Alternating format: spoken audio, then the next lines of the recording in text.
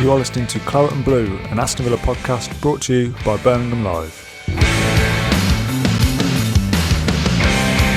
Hello and welcome to the Aston Villa Facebook page from Birmingham Live. My name is Matt Davis, filling in for Dan Rollins. And today, as I'm joined by Villa correspondent Ash Preece.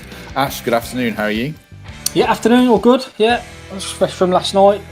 Late Sunday evening kick-off. Getting used to them now. Weird kick-off times. I missed line of duty, so I've got to catch up on that. So no spoilers, please, anyone. Well, I've never seen an episode, so you won't get any from me. I think I'm actually the only person in the country who's never seen a second of Line of Duty. You're going to watch it? I should do. I watched a film on Netflix called Stowaway instead, which was decent. Anyway, we should talk about football and specifically Aston Villa. A point in interesting circumstances against a struggling West Brom side. Ash, what did you make of it?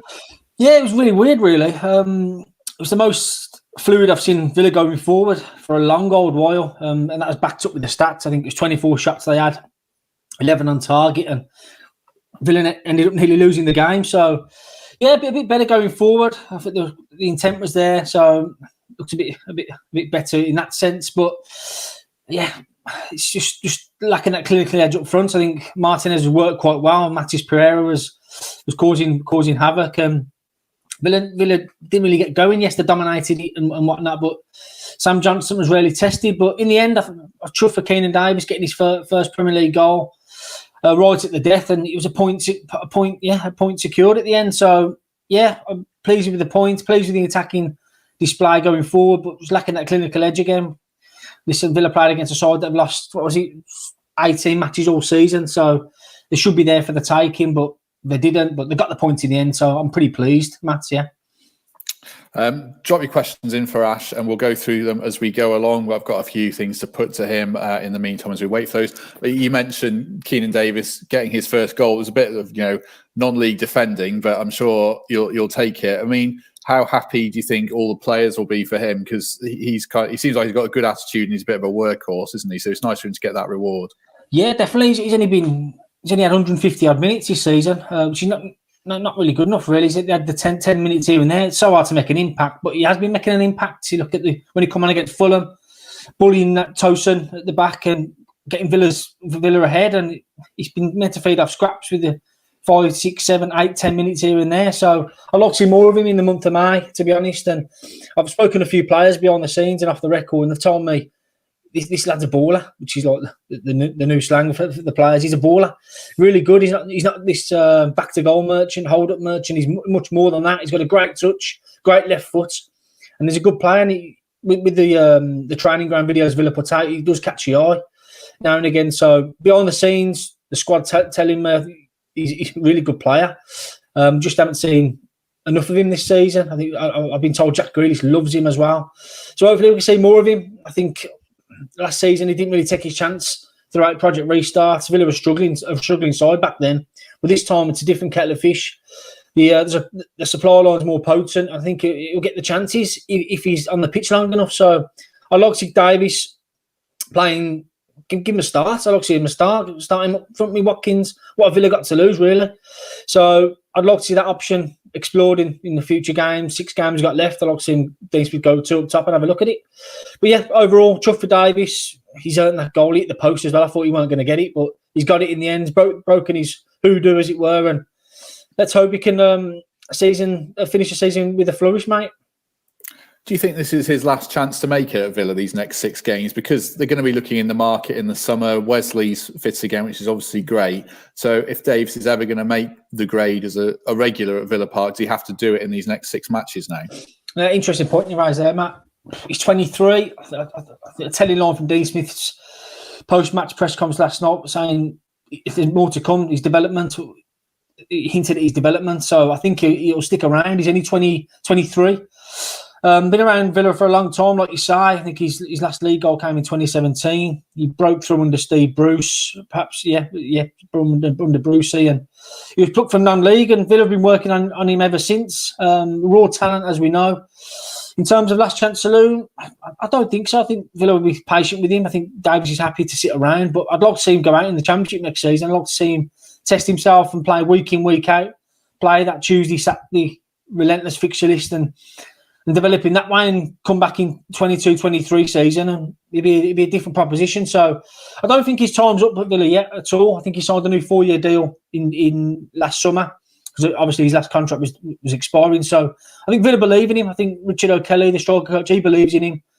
And based on what the players are telling me behind the scenes, they all believe in him. So I think he'll go out on loan next season for me. I think Villa will bolster in attack this summer. I think Watkins hasn't been as clinical enough over the recent weeks. Yes, 12 goals in 31 is pretty decent for his showing, but I think Villa need a fox in the box merchant. I think Tammy Abraham ticks that box for sure. So if that's explored, then that should point at an exciting season next season. We'll see. One more from me before we get into questions then. I wanted to just ask you about Wesley. It's great to see him back, but it's such a big injury. Medical science come a long way, but do you think he'll ever be the same player again? And is anything he gets on the pitch this season just a bonus really towards next season? Yeah, Dean Smith made a point to that. He said it's the worst injury he's ever seen in his 34 years in the professional game. So I think there's three ligaments in your knee. Smith said he did all three of them. So just goes to show just how bad an injury it was, Matt. In terms of his prospects, it was great to see him getting on the pitch last night. I think a nice little touch as well. The players give him a round of applause at the Bollymore Reef on Saturday because Smith said, you're in the squad. So everyone was buzzing for him. So, yeah, listen, it cost £22 million last season. They ain't going to give up on him just yet.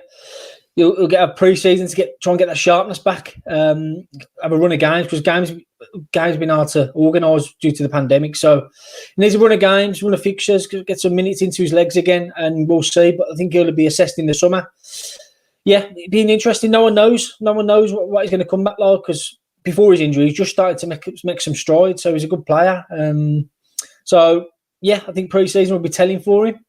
We'll see him in them friendlies, and like you say, any minutes now before the end of the season's a bonus with 6 games left. And yeah, I'm buzzing to see him back. He shows a great strength of character to come back from what he's come back from. So I'm just pleased he's out there again because at one stage I was thinking he weren't going to come back. So yeah, I think he'll work hard from now until start of next season, and we'll see where he's at. Right, let's go to some questions from you guys who are watching along. First one from David Alford. Firstly, I'll see if you agree with this. I mean, the start of play has been awful since Christmas. What's the reason? Has David got a point now, or has it not been quite as bad as he thinks? Totally, David's got a point, yeah. I think a lot's been made of expected goals, and Villa's last night was 3 for the first time since Palace on Boxing Day. So what we now, like April, May, and Villa haven't posted an XG of 3 since then. So yeah, it has been a bit of a day of watching recent weeks, and the main reason behind that, as everyone knows, is no Jack Grealish to fall back on. I made this point last night saying Albion had a star in the mix with Matheus Pereira. Last week it was Phil Foden who was dazzling and drawing gas from the press bench. We haven't seen that from Villa this season, to be fair. Well, not this season, but since the turn of the year, and missing Grealish has been a key factor of that. So, yeah, I don't think Smith's found a rhythm as such without Grealish, so he's been a big miss. And, yeah, it has been a poor watch of late. Every fan will tell you that. Every fan stopping me down the shops telling me what's going on. Just not the same. So, yeah, get Grealish back and Villa get back into the rhythm of things, but the big thing is only 6 games left. So, I like to see Smith mix things up a bit, go 2 up top, give Davis a bit more game time, and go from there, really. So, yeah, there's lots to play for still. Could be some experimenting going on, and let's see some of the young kids perhaps that could add a bit of freshness in there. But, yeah, I think I agree with the point made. Yeah, it has been a bit of a dour watch of late, but I think last night was a bit better going forward, a bit of fluidity there, a bit more threatening, peppering the goal, and getting the rewards for it at the end. So, yeah, I think that's a fair point, that is, Matt, yeah. Ross Barkley came back into the side, so there's always going to be anything about Barkley in one of these that we do because he so often talks about it. Les Pace asks about Barkley getting a chance when we've got young, talented villains waiting to play. What did you make of Barkley yesterday? Obviously, he won a penalty, and what do you think about Les's point about young players? Yeah, it was a bit better. Smith said as much last night. I asked Smith about Barkley because it was such a shock call to bring him back in after 9 games out. So, yeah, I thought he did a little bit better. Smith said it was a bit like the Barkley we had signed at the start. So Smith conceding that Barkley's been off the boil there as well. So yeah, nothing too much to shout about, to be honest. But the willingness was there, which was refreshing to see. So in previous weeks, he'd be looking at the floor, looking at the air, thinking, what have I got to do here? But he bit down in his gum shield a bit last night and showed a willingness, which is all you want, really. Quality a bit lacking still, but yeah, I think, like, going back to the question, why is he getting ahead of the likes of Jacob Ramsey? It's a good question, I think. But I think Ramsey played last week against Man City. He only played the half. I get that, but I think Smith wanted to give him a chance to shine and to hurt Albion, knowing what Barkley's all about, and try and play him into form again like he did. But I think looking to Everton now, will he play Barkley against his former club with a point to prove? Perhaps, but I'd like to see Jacob Ramsey back in there because I thought he did really well, this little cameo against West Brom last night. He moved the ball quickly and he helped pull Albion apart at times. So, yeah, did Barkley do enough to start at the weekend? Probably not. So, yeah, I thought you'd see Ramsey coming in. I think Smith hinted at last week that Villa aren't going to explore a permanent for Ross Barkley. So, yeah, why not blood the youngsters, blood those who are going to be there for next season. It's a shame Morgan Santon's out of late because I'd like to see more of him, but he's out with a knee injury. So, yeah, interesting point there regarding blooding the youngsters as opposed to Barkley. I think that's something Smith will do, but I think just Smith went for Barkley last night just to try and just reignite that fire previously, but it didn't really work. But we'll see with 6 games remaining. Horace Levy here asks specifically about Louis Barry as one of the young lads. Do you think there's a notion within the club, and maybe they just want to wrap him within cotton wool a bit? He's so hyped and so talked about that you don't want to throw a young player in too soon. Is Smith trying to just pick his moment, do you think, with Barry? Yeah, I think it's totally, Matt. Good point you make there. I'm asked about Louis Barry all the time. People tell me at the club he's the most natural finisher there, ahead of Watkins and whatnot, and his goals record backs that up this season. He just scores for fun in every game he plays, basically. We've seen that at Villa Park against Liverpool's first team. He only needs one chance and he scores. So, yeah, being a bit protected, I guess, yeah. Size and stature's not quite there yet, but if you're good enough, you're old enough. So, I'd like to see him in the squad before the season's out. For me, definitely, he's good enough. He's got that goal-scoring ability you want to see, and I'd chuck him on, yeah, but I think he's being protected. Like you say, Villa 18s have got a really important game at Newcastle tomorrow, so he's been saved for that. FA Youth Cup quarter final.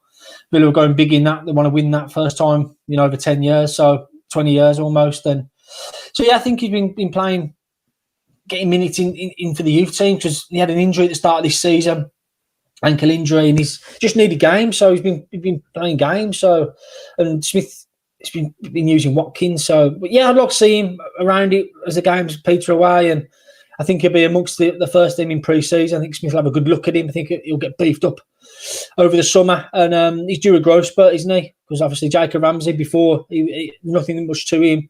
Over the last summer, he really come on in size. So he's due a growth spurt. I think he'll come into his own. I think he'll be a huge success. They went all out to get him. I think a deal could rise to 3-4 million quid, all things considered. So it's a big investment for a youth team player. I think he'll get ample chance next season, and I can't wait to see more of him. You talk about big investments. There's an interesting one from Jagpal here about Watkins and cash proved to be bargains. I mean, that's £42 million bargain, so it's a big outlay. And then suddenly Jazz is saying, I've got signed players with Premier League, or do you think when he signed Premier League or Champions League experience? I guess that all comes down to money. I'm sure Dean Smith would love to do that, wouldn't he? He would, yeah. I mean, Dean Smith had the finances came out last week. Last season, Nassef Suarez and Wes Edlins injected another £220 million into the club to help him with the transfers, and the transfer spend now is totaling £300 million. Smith's had in his transfer windows with them. So, yeah, I think they will spend big again. I think they have to bridge that gap between the top 6 where they want to be. First half of the season was great, and I think the squad depth has been the reason why they are where they are. They haven't had players to call upon in Grealish's absence and stuff like that, and so that needs to be addressed. I think I did a piece today that's on the website. We could see as many 7 depart in the summer because they want first team football. Your Tom Heatons, I think he'll go. Almo, what a servant he's been. Neil Taylor, his contract's off, and he looks at Hurahan, Gilbert, Kalinic, he's still contracted to the club. I think now will go. So these all need to be replenished. Trezeguet's out for a long time as well. So at present, there's only our guys in Troy to choose from on the flanks. So I think they need to bolster their squad again big time. And if you don't spend in the Premier League, people catch you up. So yeah, I think it'll be a big effort in the summer again. If Villa want to get to them European places, they've set the bar with the performances early in the season. The owners want to get there. Dean Smith's spoken about it with all the Super League fallout. He said, I want to earn the right to be a Champions League club and Champions League manager. So the players are talking about it. So I think 4, 5, 6 new signings in the summer. I think that's fair to look at. I think Taylor moving on. Villa need a new left back. It's a rival target. So as ever, I think it'll be a big summer. Will they break the transfer record, surpassing Watkins? Perhaps. I don't know what others think about that. I think they'll look to do that. Tammy Abraham could be available, given his Chelsea situation. So, yeah, it would be a good one to watch over the summer, see how things develop. This is more of a comment than a question from Matty Deeming, but I'll put it to you about John McGinn being unrecognisable and his passing being horrific. Is that a fair comment from Matty? Obviously, I don't see these games in full like you do. Is he right there? Yeah, McGinn's passing has been off it of late. He said that as much in his last week's post match. He said my passing hasn't been up to there, but he got back in the goals against Man City. Yeah, Villa's midfield. I don't know what others think about this on the comments, but I'm struggling to put my finger on it at the moment. It's not working, and I think that's why Villa are surpassing it really. And Mings is just keeping that ball over the channel to Watkins to chase, and they're looking to get on the second balls. Just not working in midfield for me at the minute. Douglas Luiz, McGinn were in there last night. Barkley as well was brought in a bid to just find that little bit of freshness and magic that's been lacking of late. And yeah, but McGinn was dropped deeper last night against Derby again, and didn't really work for me. Whereas before, in games we've seen recently, he's playing as a 10 and excelling, getting back in the goal. So yeah, I think that's an area that needs ironing out, to be honest, Matt. I can't put my finger on it, to be fair. Nakamba's been in and out and not trusted and played again. So and Douglas Luiz is trying to find his form as well. Sands out currently. So I don't think Villa have nailed that department of late. So that could be an area that could be strengthened in the summer. Regarding McGinn's form, a bit hit and miss. I mean, he's unreal for Scotland, banging him in for Scotland, and took his goal well against Man City. But yeah, I want a bit more from him. We're not seeing him take a game by the scruff of the neck. So yeah, I think McGinn needs to improve for next season for sure, because his place, although at the minute is pretty much nailed on, I think it won't be next season. This is one that we've addressed before, but I'll put to you again because I think it's kind of a moot point in a sense. Asking about Grealish, I suppose the point is he's going to be linked with the top clubs all summer, but you don't think he's going to leave, do you? No, not at all. I can't see that happening. I can't see clubs spending 100 million to get him, to be honest, Matt. He's out with an injury. That's going to put clubs off as well. So I don't think he'll be entertained at all. I think Grealish wants to carry on, and he wants to follow Villa into Europe. Yeah, it'll be a bit of a shame for Grealish. He's missed what, the last 9 games now, and there's reports suggesting he could miss Everton he's going to miss Everton on Saturday. He's looking like that, and next couple after that. So Villa protecting him for his Euros dream. Southgate will probably pick him, I think, hopefully, anyway. And yeah, it's a shame really for Grealish, because obviously he's been the form of his life. He's been the best he's ever been. And he's had an injury that's ruled him out for 10, 11, 12 games, possibly. So I just want Grealish to play 38 Premier League games and be on where would he be? Where would his numbers be if he played every game this season? He'd be in double figures for goals and assists. So real shame in that respect. But yeah, I think he'll look to make up for lost time next season. I think having fans back next season will bring his game on even further. I think he can't wait to play in front of a packed out Villa Park again, because I think he's one of them players that feeds off it. So yeah, I think clubs ain't going to touch it this season based on his injury and the amounts that he'll cost, and Villa aren't going to entertain a bid. So yeah, I think Grealish will look to follow Villa into Europe. One from Dean Edwards. Ash, you briefly mentioned Tammy Abraham. Do you think it's a deal that can be done? He's very much on the fringes at Chelsea at the moment. Do you think there's a deal to be done there, maybe? Yeah, on the fringes, being kind as well. Just not fancied at all, is he, from Tuchel? So, yeah, I think he's available. I think there's others in the market for him. Leicester City being one. So I think it's an option to explore. He's worked with Dean Smith before. Dean Smith loved him. Dean Smith tried to sign him after promotion, but he wanted to realise his Chelsea dream of being their number 9. He's been the top goal scorer for the last 2 seasons as well. So done everything right, really. I don't think Tuchel fancies his work rate or just ability to link the play, but he's a goal scorer. So, and they cost money. So I spoke to the guys at Footy.London for the Chelsea perspective last week, and they said £40 million would probably be a deal that could happen. So we'll see. It all depends on where Villa see it, to be honest. Are they going to stick with Watkins, or are they going to shove him out wide and bring in Abraham, or they're going to have the two to compete for that number 9 shirt? We'll see. There's Wesley, what we talked about as well. So I see Abraham being one to keep tabs on for sure. He's got mates there. Grealish loves him. McGinn's best pal, Tyrone Mings, his England teammate as well. So I think they'll be onto his blower, saying, "Come on, then, we'll have you." But yeah, I think keep an eye on that one. It's worth keeping an eye on. His availability's there, and that could happen for sure. We've got another 5 or 10 minutes, so keep the questions coming, and we'll pick through them before we have to disappear. These things, you always get names from fans being thrown at you, so I'm going to throw a couple at you. One here is Pereira. Some people like the look of him. Obviously, he did well yesterday. Jesse Lingard was another one. Obviously, he's in great form. And St. Maximum at Newcastle, I saw flash up as well. The kind of player Villa need, I'm not sure they're the kind they can get, but they'd be pretty pricey, wouldn't they? Yeah, I mentioned that last night. I said Villa need a Pereira-style addition, a bit of magic. And what did Pereira cost? 7.4 million, 7.8 million, something like that. And what a bargain that is. And will he be available if Baggies go down? Perhaps. I'd love to see him. He was excellent last night. He really was. St. Maximum, like you say, Lingard, they're the players you want to be looking at. Players banging form, players with real pedigree. I think that Villa needs to buy premium again. I think days of signing an unknown from Turkey are over now. I think Villa will go big, because you've got to get in the top 6. You can't be, unless your scouting's on point and you keep plucking up gems from France and across Europe.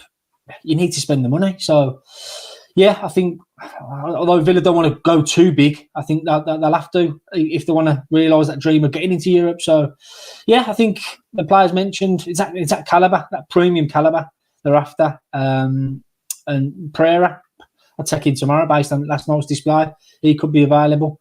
Really good player, really classy individual. He skinned Douglas Luiz last night, made him look stupid.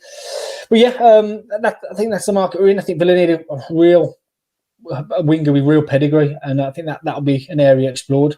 But like I say, Bertrand Traoré was a big investment last summer, 19 million quid that could rise to, and it's his first season in the Premier League, so he'll look to kick on next season. He's gone a bit flat of late.